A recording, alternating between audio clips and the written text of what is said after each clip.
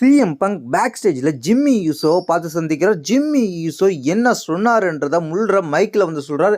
J Uso உன் மேலே ரொம்பவே கோபமாக இருக்கிறான் அப்படின்ற விஷயத்த சொல்கிறார். ஜே யூசோ என் மேலே கோபமாக இருக்கிறான், அது ஒரு புறம் இருக்கட்டும், இனி ஒருவராலும் அந்த குடும்பத்திலிருந்து வேர்ல்டு ஹெவி சாம்பியனே ஆக முடியாது, அந்த நிலைமையை அவர்கள் மாற்றிவிட்டார்கள்.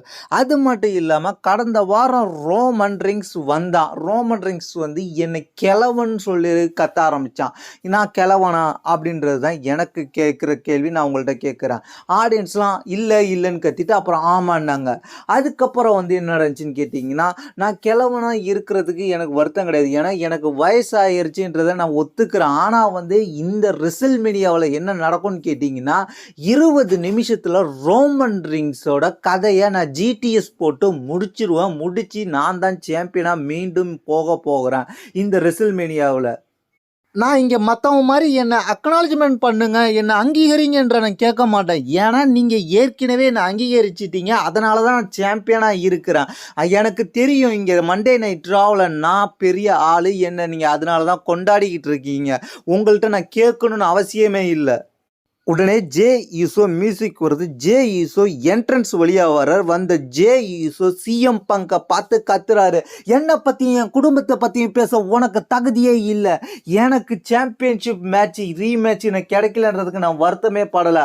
ஆனால் வந்து கண்டிப்பாக நான் உன்னை தோக்கடிக்கிறதுக்கு எனக்கு எல்லா வகையிலையும் தைரியம் இருக்குது, திறமை இருக்குது. கண்டிப்பாக உன்னை தோக்கடிப்பேன். ஒத்தைக்கு ஒத்த கூட இப்போ வேணாவா அப்படின்ற பேசி சண்டை போடுறதுக்கு ரெடியாக இருக்கிற ரெண்டு பேரும் சமாதானப்படுத்த ஜிம்மி யூசோ உள்ற வர்றாரு. ஜிம்மி யூசோ உள்ற வந்த கொஞ்ச நேரத்திலேயே ரோமன் ரிங்ஸ் உள்ற வர்றாரு. Roman Reigns Jimmy Uso and Jey யூசோவை பார்த்து பேசுறாரு. ஜே அண்ட் ஜிம்மி ரெண்டு பேரும் இந்த ரிங்கை விட்டு வெளில போங்க அப்படின்ற மாதிரி ரோமன் ரெக்வெஸ்ட் பண்ணி கேட்குறாரு.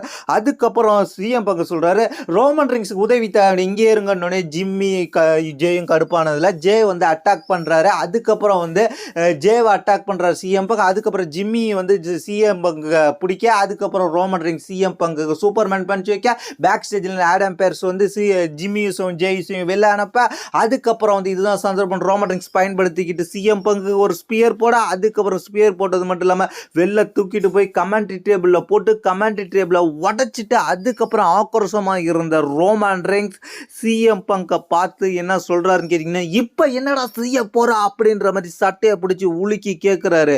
பயங்கரமான சம்பவமாக அடித்து நொறுக்கி துவம்சம் பண்ணிட்டாரு ரோமன் ரிங்ஸ் சிஎம் பங்கை. இதுதான் மெயின் ஈவெண்ட்டில் நடந்துச்சு.